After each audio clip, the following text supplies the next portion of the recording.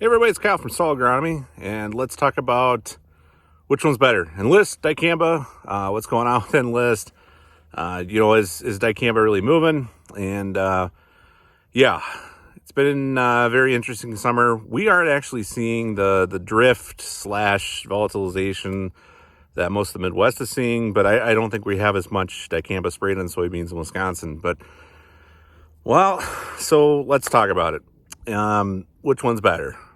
I think they both have their merits. Honestly, out of the two, I think dicamba's got a little bit better residual options. Not necessarily the tank mix with it, but to be honest, dicamba does seem to stay in the soil a little bit longer.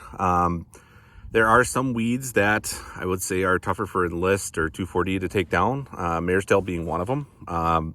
Do have some mare's tail populations around here that aren't resistant to 2,4-D, but necessarily they're a little bit more tolerant to 2,4-D, so dicamba might be the better option there. The problem, I guess, I have between the two, and that's we talk about this freedom to apply thing, and that's actually true. You know, we talk about dicamba's got so many label restrictions as far as planting dates of when you can apply, as far as actual season dates. We have June 30th on the label now. There's a lot more restrictions with it. When we talk about susceptible crops, dicamba seems to want to move off target into those a little bit easier. And I think the Enlist formulation, the 2,4-D choline, I actually was reading a paper this morning. UW did some research and a few other people were in on that project. And 2,4-D doesn't seem to move as much. So it definitely stays on target a lot easier. Now, what are we worried about now? A lot of guys talking about cupping in soybeans. So you look at dicamba versus everything else that could cause cupping in soybeans. Some people are saying it's the Liberty. Some people are saying that it's the AMS you're putting with it. You name it, everything but dicamba is being blamed from some people. Now, the university guys are kind of saying, AMS doesn't really cup soybeans. Liberty really doesn't cup soybeans. Enlist is 2,4-D, so 2,4-D will cause a drawstring effect to soybeans.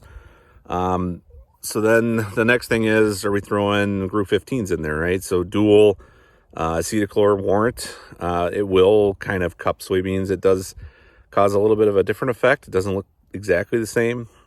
So for the most part, it appears that dicamba is moving a little bit further than we think. So dicamba is moving.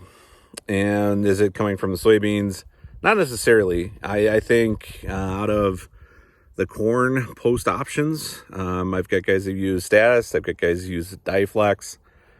To me, it appears Diflex moves a lot more than Status does. Not entirely sure what the difference between the two is 100%, but I will tell you that in my experience, it seems like Diflex wants to move off target a lot easier than Status does.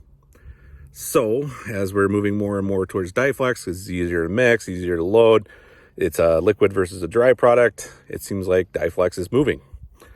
So especially up here, I've seen it. I actually seen one tank mix where the co-op sprayed a field and it was not actually full of Diflex. It wasn't a full rate. It was residual that, maybe a couple acres worth left in the tank, and I don't know, maybe half an ounce per acre got sprayed on this corn. It moved a half mile into a soybean field.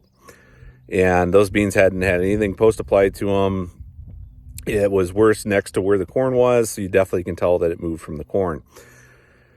So, yeah, dicamba's moving, and it really is moving. The scary thing for me is, we've got basically two camps. You got we need to have Xtend. I really like Xtend Flex, whatever it is. That's the way to go.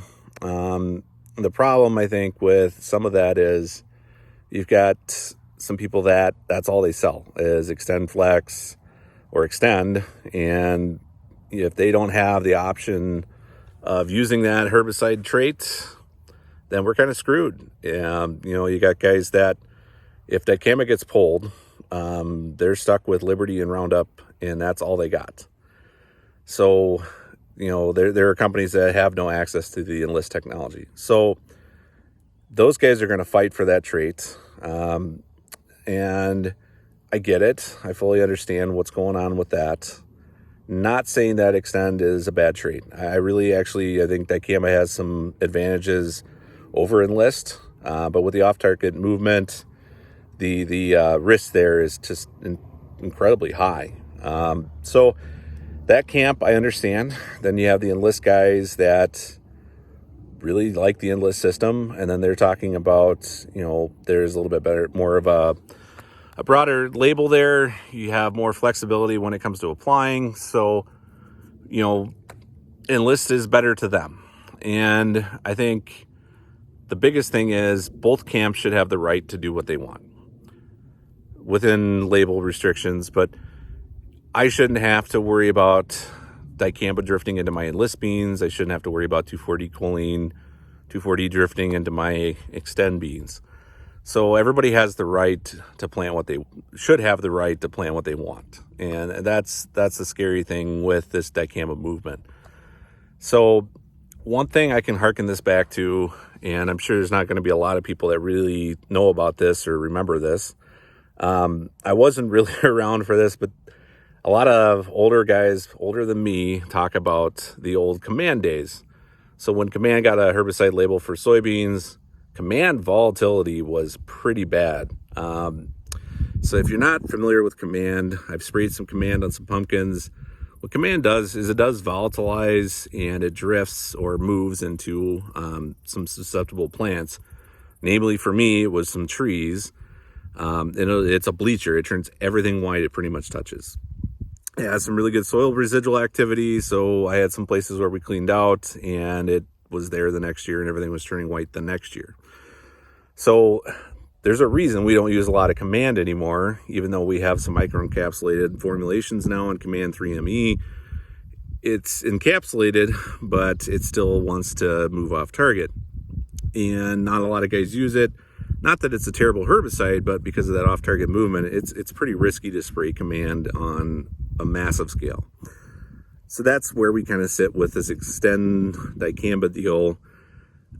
It's getting to the point where we gotta figure something out. And it's not that I hate Xtend. If you spray dicamba on crops, you're not a terrible person. Honestly, I don't want to get rid of dicamba. I think that's probably the worst thing that could happen to us, is that dicamba gets outlawed on corn and soybeans. So at some point, we got to think about what's right for everybody else.